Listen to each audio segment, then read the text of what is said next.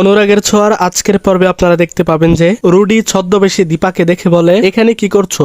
দীপা বলে, আমি কিছু খাইনি, খাওয়ার জন্য কিছু টাকা দাও। তখনই রুডি দীপার হাতে টাকা দিয়ে সেখান থেকে চলে যায়। ওইদিকে দীপার কোনো খোঁজ পাওয়া যায় না, তাই বাড়ির সবাই চিন্তিত হয়ে পড়ে। তখন সেখানে অবিনাশ বলে ওঠে, আমি যাব, গিয়ে তাদেরকে খুঁজে আনবো। তারপর সেখানে থাকা কৃষ্ণ বলে, আমিও যাব আপনার সাথে। এই বলে তারা সেখান থেকে চলে যায়। তখন কুন্তলা এসে বলে, শোনার জন্য আমি পুজো দিয়ে আসছি, আর সূর্যর কি কোনো খোঁজ পাওয়া গেছে? তখন রূপা বলে, আপনি কি করে জানলে? তখন উর্মি পাশে থেকে এসে বলে, উনি এই বাড়িতে আসতে পারছিল না বলে ফোন করেছিল আমাকে, তাই আমি বলে দিয়েছি। এদিকে রুডি সূর্যকে একটা ইনজেকশন দিয়ে দেয়। এরপর দীপা রুডিকে ফলো করে তার ডেরায় আসলে রুডি দীপাকে দেখে বলে, টাকা তো দিয়ে দিলাম, তাহলে এখানে কেন আসছো? তখন দীপা বলে, আরো কিছু টাকা লাগবে, দাও। তখন রুডি বলে, বের হয়ে এখান থেকে। তখনই দীপা লাঠি দিয়ে রুডিকে মেরে শুয়ে দেয়। সেই ফাঁকে দীপা সূর্যকে বলে, ডাক্তারবাবু, আমি দীপা, আপনার কি হয়েছে? তখন রুডিকে বলে, ডাক্তারবাবু আর লাবণ্যর ক্ষতি করতে চাইছিস? ঠিক তখনই রুডি দীপাকে পেছন থেকে এসে ইনজেক্ট করে, আর তারপরে দীপা জ্ঞান হারিয়ে পড়ে যায়। তারপর সূর্যকে একটা হুইল চেয়ারে করে রুডি একটা রাস্তার পাশে এনে চলে যায়। সেই মুহূর্তে অবিনাশের গাড়ি সেখান দিয়ে যাওয়ার সময় কৃষ্ণ সূর্যকে দেখতে পেয়ে গাড়ি থামাতে বললে তারপর অবিনাশ